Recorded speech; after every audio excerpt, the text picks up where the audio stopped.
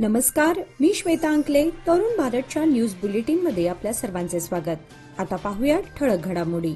Navage cross येथील स्नेहम tapping solutions private limited या कारखान्याला मंगळवारी रात्री 8:30च्या दरम्यान शॉर्ट सर्किटने आग लागली. या आगीमध्ये संपूर्ण कारखाना जळून खाक झालाय. या अग्नितांडवामध्ये मार्कंडेय नगर येथील एका तरुण कामगाराचा जळून दुर्दैवी मृत्यू झाला, तर अन्य 3 जण गंभीर जखमी झाले आहेत. बुधवारी सकाळी तब्बल 15 तासाच्या प्रयत्नानंतर आग विझवण्यात आली. गुरुवारी सकाळी या जळलेल्या कारखान्यात भिंती आणि लोखंडी साहित्य जेसीबीच्या सहाय्याने हटवण्याचे कामकाज युद्धपातळीवर सुरू होते. गुरुवारी सकाळी अग्निशामक दलाचे शशीधर निलगार यांनी कारखान्याला पुन्हा भेट देऊन पाहणी केली व आपल्या सहकाऱ्यांना काही सूचना केल्या. या ठिकाणी हुबळी येथील chief fire officer Ravi Prasad व incharge regional fire officer Chandrashekhar Bhandari हे ठाण मांडून होते. त्यांच्या मार्गदर्शनाखाली साहित्य हटवण्याचे कामकाज सुरू होते. नावगे क्रॉस येथील स्नेहम इंटरनॅशनल या कारखान्याला लागलेल्या आगीत होरपळून मृत्युमुखी पडलेला दुर्दैवी कामगार यल्लाप्पा गुंड्यापगोळ याच्या आई-वडिलांना आपल्या मुलाचे अंत्यविधीपूर्वी तोंड पाहण्याचे भाग्यही लाभले नाही. उत्तरीय तपासणीनंतर त्यांच्या मुलाची केवळ अस्थिच एका पिशवीत घालून वडिलांकडे सुपूर्द करण्यात आली. हातातोंडाशी वयात आलेल्या मुलाच्या अस्थी अशा पद्धतीने ज्यावेळी वडिलांच्या हाती सोपवण्यात आल्या, त्यावेळी वडिलांचा आक्रोश मन हेलावणारा आणि हृदय पिळवटून टाकणारा होता. मृत यल्लाप्पाच्या आई-वडिलांचा आक्रोश पाहून उपस्थितांचे डोळेही पाणावले. सदर अग्नितांडवामध्ये यल्लाप्पा गुंड्यापगोळ या युवा कामगाराचा लिफ्टमध्ये अडकल्याने होरपळून मृत्यू झाला. काल बुधवारी दुपारी 12 वाजण्याच्या सुमारास जेसीबीच्या सहाय्याने भिंत हटवून तसेच मेटल कटरने लिफ्टचे दार कापून यल्लाप्पाचा मृतदेह बाहेर काढण्यात आला. तथापि आगीत पूर्णपणे जळाल्यामुळे त्याचा केवळ सांगाडाच शिल्लक होता. यामुळे सांगाड्याची हाडे उत्तरीय तपासणीसाठी सिव्हिल हॉस्पिटलमध्ये पाठवण्यात आले. बुधवारी रात्री बेळगावजवळील नावगे गावातील टिक्सो टेप उत्पादन कारखान्याला लागलेल्या आगीच्या दुर्घटनेच्या घटनास्थळी जिल्हा पालकमंत्री सतीश जारकिहोळी यांनी भेट देऊन पाहणी केली. जिल्हाधिकारी मोहम्मद रोशन आणि पोलीस आयुक्त याडा मार्टिन मार्ग्यान यांनी घटनेची माहिती दिली. जिल्हा पंचायतचे मुख्य कार्यकारी अधिकारी राहुल शिंदे उपस्थित होते. ग्रामस्थांच्या विनंतीवरून खानापूर तालुक्यातील कौलापूरवाड येथील मजरे गावातील पोल्ट्री फार्मला जिल्हाधिकाऱ्यांनी भेट देऊन तेथील परिस्थितीची पाहणी केली. जनतेला कोणतीही अडचण न येता योग्य ती कार्यवाही करण्याचे निर्देश संबंधित अधिकाऱ्यांना देण्यात आले. तहसीलदार खानापूर, उपसंचालक पशुसंवर्धन, पर्यावरण अधिकारी व इतर विभागाचे अधिकारी उपस्थित होते. बेळगाव कष्टकरी आणि गरीब जनतेला कमी दरामध्ये दर्जात्मक जेवण व नाश्ता देण्यासाठी इंदिरा कॅन्टीन सुरू करण्यात आली. या कॅन्टीनचा मेनू गुरुवार दिनांक 8 पासून बदलणार आहे. त्यामुळे वेगवेगळ्या पौष्टिक आहाराची चव चाखता येणार आहे, अशी माहिती महानगरपालिका आयुक्त अशोक दुडगुंटी यांनी दिली आहे. शहरामध्ये एकूण 6 इंदिरा कॅन्टीन आहेत. त्या ठिकाणी नाश्ता व जेवण देण्यात येणार आहे. कमी कालावधीत आकर्षक परतावा लोकमान्य सोसायटी सादर करीत आहे अनमोल आर्थिक ठेव योजना, जी देते तुमच्या गुंतवणुकीवर 10% परतावा, तेही फक्त 13 महिन्यांमध्ये. अधिक माहितीसाठी कॉल करा 1800-212-4050. योजना फक्त सभासदांकरता. नियमवाटी लागू. लोकमान्य, जिथे पैसा वाढतो आणि नातं वृद्धिंगत होतं. बेळगाव बापटगल्ली कार पार्किंग येथील श्री विठ्ठल रखुमाई मंदिरातील श्री स्वामी समर्थ संजीवन पादुका मंदिरात श्रावण महिन्यानिमित्त दर गुरुवारी महाप्रसादाचे आयोजन करण्यात आले आहे. सकाळी 9 वाजता श्री स्वामी समर्थ संजीवन पादुकांवर लघु रुद्राभिषेक करून त्यानंतर दुपारी 12 वाजता श्रींना नैवेद्य अर्पण करून त्यानंतर तीर्थप्रसाद भाविकांना देण्यात आला. तसेच रात्री 8:15 वाजता श्री स्वामींना फलाहार व महाआरती करण्यात आली. दिनांक 15, 22 आणि 29 ऑगस्ट रोजी महाप्रसादाचे आयोजन करण्यात आले आहे. तरी भक्तांनी याचा लाभ घ्यावा, अशी माहिती आयोजकांनी दिली आहे. खानापूर तालुक्यातील अंजनेय नगर येथील विद्यार्थ्यांची शिक्षणासाठी गुडघ्याभर चिखलातून पायपीट करावी लागत आहे. बीडी कित्तूर रोडवर असलेल्या अंजनेय नगरवासियांना अद्याप रस्ताच उपलब्ध नसल्याने या रस्त्यावर पावसाळ्यामध्ये गुडघाभर चिखल होतो आणि या रस्त्यावरून नागरिकांना आपल्या दैनंदिन कामकाजासाठी चिखलातून जावं लागतं. या गावातील विद्यार्थी शाळेसाठी सुरपूर येथे येतात. त्यांना चिखलातूनच पायपीट करत यावं लागतं. देशाला स्वातंत्र्य मिळून 75 वर्षे होऊन गेली, मात्र अजूनही खानापूर तालुक्यातील अनेक खेडी मूलभूत सुविधांपासून वंचित आहेत. त्यातीलच एक अंजनेय नगर हे गाव. या गावाला अद्याप रस्ताच नसल्यानं पावसाळ्यामध्ये गुडघाभर चिखल होतो आणि या चिखलातूनच गावकऱ्यांना आपल्या कामासाठी यावं लागतं. या गावामध्ये महाविद्यालय आणि प्राथमिक असे मिळून जवळजवळ 100 विद्यार्थी आहेत. याची दखल संबंधित खात्याच्या अधिकाऱ्यांनी घेऊन रस्ता वाहतुकीसाठी सुरळीत करावा अशी मागणी ग्रामस्थातून होत आहे. जिल्ह्यामध्ये डेंग्यूच्या रुग्णांमध्ये झपाट्याने वाढ होत चालली आहे. त्यातच 2 दिवसांपूर्वी होनगा येथील एका अल्पवयीन मुलीचा मृत्यू झाल्याने आरोग्य खात्याची झोप उडाली आहे.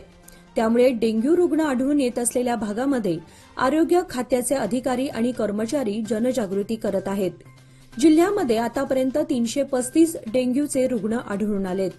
डेंग्यूवर नियंत्रण मिळवण्यासाठी जिल्हा आरोग्य खात्याने खास डेंग्यू हेल्पलाईन सेवा सुरू केली आहे.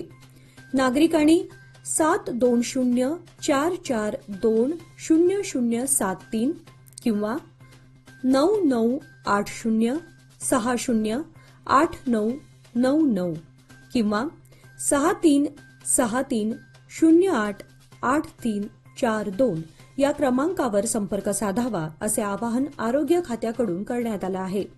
रुग्णांची कोणत्याही प्रकारे गैरसोय होणार नाही याकडे आरोग्य खात्याने विशेष लक्ष केंद्रित केलं आहे. बेळगाव महापालिकेत आठवड्याच्या पहिल्याच दिवसापासून सर्व्हर बंद राहिल्याने लोकांना रिकाम्या हाताने माघारी फिरावे लागत आहे.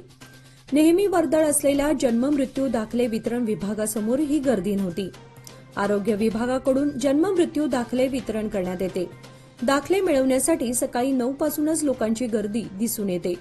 लोकांची कुचंबणा होऊ नये यासाठी आयुक्त अशोक दुडगुंटी यांनी काही दिवसांपूर्वी दिवसभर दाखले वितरण करण्याच्या सूचना केल्या होत्या. त्यानुसार संध्याकाळी 5 पर्यंत दाखले देण्यात येत आहेत. पण मागील 8 दिवसांपासून सर्व्हर बंद पडल्याने या विभागाचं कामकाज ठप्प झालं होतं. त्यामुळे सायबर सेंटरद्वारे प्रिंट काढून घ्यावं लागत आहे. याच ठिकाणी नेहमीप्रमाणे दाखले मिळवण्यासाठी लोकांनी सकाळी गर्दी केली होती. पण या समस्येमुळे त्यांना खाली हाती माघारी फिरावं लागत असल्याने नागरिकातून संताप व्यक्त होत आहे. ट्रॅक्टर चोरी करणाऱ्या एकाला बैलहंगल स्थानकाच्या पथकाने गुरुवारी ट्रॅक्टरसह अटक केलं आहे. त्यांच्याकडून लाखो रुपयांचा मुद्देमाल जप्त केला आहे असे पोलिसांनी सांगितले. बैलहंगल पोलीस ठाण्याच्या हद्दीतील सानिकोप गावामध्ये ट्रॅक्टरची चोरी झाल्याची तक्रार दाखल करण्यात आली होती. याची दखल घेऊन बेळगावचे जिल्हा पोलीस प्रमुख भीमाशंकर गुळे त्यासोबत SRK RB बसर्गे यांच्या पथकाने चोरट्यांचा शोध सुरू केला. पथकाला माहितीनुसार सौंदत्ती तालुक्यातील मरकुंडी येथे चोरलेला ट्रॅक्टर आणि चोरीला गेलेला माल जप्त करण्यात आला आहे. या प्रकरणी आडीबप्पा नागप्पा कळसन्नावर असं अटक केलेल्या आरोपीचं नाव आहे. उज्ज्वल भविष्याच्या गुंतवणुकीची सुरुवात लोकमान्य सोसायटी सादर करीत आहे. मान्सून ठेव योजना जी देते तुमच्या गुंतवणुकीवर 10.25% परतावा, तेही फक्त 500 दिवसांमध्ये. अधिक माहितीसाठी कॉल करा 1800-212-4050. योजना फक्त सभासदांकरता. नियमवाटी लागू. लोकमान्य, जिथे पैसा वाढतो आणि नातं वृद्धिंगत होतं. शाळेतील विद्यार्थ्यांना शैक्षणिक साहित्याचे वाटप ग्रामीण शिक्षण अभियान अंतर्गत खानापूर तालुक्यातील अतिदुर्गम असलेल्या चिखले येथील सरकारी उच्च प्राथमिक शाळेतील सर्व विद्यार्थ्यांना वह्या, पेन्सिल्स, खोडरबर, शार्पनर, पट्टी या शैक्षणिक साहित्याचे वाटप करण्यात आले. ऑपरेशन मदत ग्रुपच्या माध्यमातून दुर्गम भागातील शालेय विद्यार्थ्यांना जेथे शैक्षणिक साहित्य वेळेवर मिळणं कठीण आहे किंवा तेथील नैसर्गिक परिस्थितीमुळे ते शक्य होत नाही, तसेच कौटुंबिक परिस्थितीमुळे परवडत नाही, अशा विद्यार्थ्यांचे शैक्षणिक नुकसान होऊ नये म्हणून ग्रामीण शिक्षण अभियान हा उपक्रम गरजू विद्यार्थ्यांना शैक्षणिक साहित्याची मदत करण्यासाठी सुरू करण्यात आला आहे. भाजप धजदने आपल्याला टार्गेट करून आमचे काँग्रेस सरकार अस्थिर करण्याचा प्रयत्न करत आहेत, पण ते यशस्वी होणार नाहीत, असे मुख्यमंत्री सिद्धरामय्या म्हणाले. म्हैसूरमध्ये जनता दर्शन कार्यक्रमानंतर ते पत्रकारांशी बोलत होते. ते म्हणाले, सिद्धरामय्या गरिबांसाठी काम करत आहेत, त्यासाठीच पंचहमी योजना राबवल्या आहेत. भाजप धजदला हे सहन होत नाही, त्यासाठी ते माझे सरकार अस्थिर करण्याचा प्रयत्न करत आहेत. भाजप धजदचा पंचहमी योजनांना सुरुवातीपासूनच विरोध होता. पंतप्रधान मोदीही पंचहमी योजनांच्या विरोधात बोलत होते. वर्षापासून पंचहमी योजना यशस्वीपणे राबवल्या आहेत. हे सहन न झाल्याने त्यांनी माझ्या सरकारला कमकुवत करण्याचा प्रयत्न केला आहे. भाजप धजदच्या खोट्या गोष्टींवर लोकांचा विश्वास नाही. खोटे बोलल्याने यश मिळत नाही, असेही त्यांनी स्पष्ट केले. पॅरिस ऑलिम्पिकमध्ये महिलांच्या कुस्ती स्पर्धेत विनेश फोगाटने सलग 3 लढती जिंकून फायनलमध्ये प्रवेश केला होता. मात्र दुसऱ्या दिवशी झालेल्या तपासणीत तिचे वजन 100 ग्रॅम अधिक आढळल्याने तिच्यावर अपात्रतेची कारवाई करण्यात आली होती. या निर्णयाविरुद्ध भारतीय कुस्ती महासंघाने संयुक्त जागतिक कुस्ती संघटनेकडे याचिका केल्या होत्या. पहिली याचिका तिच्या वजनाबाबत होती, ज्यात तिने वजन पुन्हा करण्याची मागणी केली होती. ही याचिका कोर्टाने फेटाळून लावली. तर दुसऱ्या याचिकेमध्ये रौप्य पदक देण्याबाबत मागणी केली होती. विनेशच्या या याचिकेवरील सुनावणी उद्या 9 ऑगस्ट रोजी भारतीय वेळेनुसार सकाळी 11:30 वाजता होणार आहे. बेळगाव किल्ला येथील भाजी मार्केटचे गाळे कॅन्टोन्मेंट बोर्डाकडून जमीनदोस्त केले जात आहेत. या ठिकाणी वाहनतळ करण्याचा विचार सुरू आहे. यावर अद्याप अंतिम निर्णय झाला नसला तरी या ठिकाणी अवैध धंद्यांना ऊत आल्यामुळे हे गाळे जमीनदोस्त केले जात आहेत.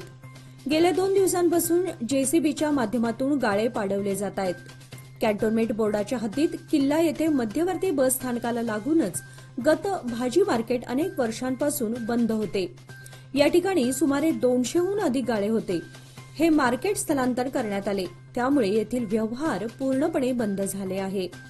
त्यामुळे हे गाळे जमीनदोस्त करून या ठिकाणचा वापर इतर कामासाठी करावा अशी मागणी करण्यात येत आहे. पश्चिम बंगालचे माजी मुख्यमंत्री आणि भारतीय कम्युनिस्ट पक्षाचे ज्येष्ठ नेते बुद्धदेव भट्टाचार्य यांचे गुरुवारी सकाळी निधन झाले. बुद्धदेव भट्टाचार्य यांनी वयाच्या 80व्या वर्षी अखेरचा श्वास घेतला. त्यांच्या पश्चात त्यांची पत्नी मीरा आणि मुलगा सुचेतन असा परिवार आहे.